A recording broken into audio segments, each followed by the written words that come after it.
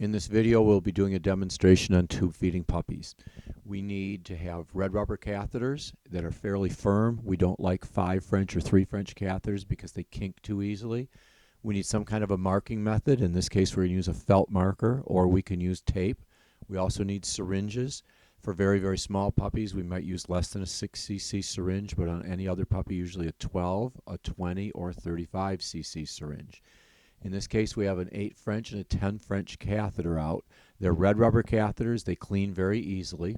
The thing about the catheters is that there are 2 openings on the end. The end of the catheter is rounded without an opening, and then there are 2 small openings made in the catheter to feed through. The important part of this is that we want to measure our measurement on the puppy from the hole at the top of the catheter, or that is the hole closest to the syringe. That's very, very important when measuring to make sure you're in deep enough. The other thing that makes this very easy is to have a chart that shows the weight in ounces of the puppies and the amount you're feeding in a day and the amount to feed each feeding. It's also very important for you to keep a log of what's being done.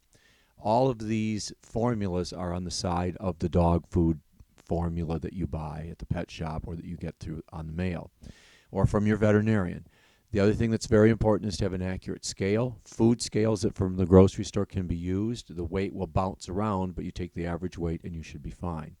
In this case, we had a 1-pound puppy, but we had a very newborn puppy, so we're not going to give full feeding on the first dose. If we have puppies that are nursing and being tube fed at the same time, we don't go to the full feeding, we go to a fraction of it. So when we measure the puppy, we put a finger on the puppy's abdomen and we push up where you can see my left thumb is, right to the end of the rib cage. And then we take the top opening in the catheter and we put that to the bottom of the rib cage. We run the catheter up along the puppy to the end of the mouth. So it's going just like it's going through the puppy. And then we mark the catheter at that point, and that's the depth the catheter is going to go in. As long as you go to the bottom of the rib cage, you know that the catheter is fully in the puppy's stomach when you're doing the tube feeding. The other thing that's important is to have the formula warmed up, not very warm, not very cold, body temperature, so if it's in the 80 to 85 degree range, if you want to measure it, that's fine. The other thing that's important is when you get these catheters is that the end of the catheter will be too large for a syringe, so it's important to cut the end of the catheter down so it fits the syringe very, very snugly. It's also important that the puppy doesn't totally get in the way while you're doing this, but you can see this little puppy's very, very active. This puppy was born about a half hour before this by a C-section, and the mother had very little milk down at the time of the C-section. You can see the puppy is very well mature. The other thing is once the formula is in the syringe, we want the air out of the catheter as this is inserted. Sometimes a 10 French catheter like this can hold almost 2 cc's of air, and we do not want to put that in the puppy's stomach. The important next thing is to have the puppy's mouth open, so the thumb and first finger, and we want to make sure the tongue is down. Usually when you first open a puppy's mouth, their tongue is literally stuck to the roof of their mouth. So the catheter is inserted, not holding directly at the puppy. We want about 1.5 to 2 inches of the catheter exposed.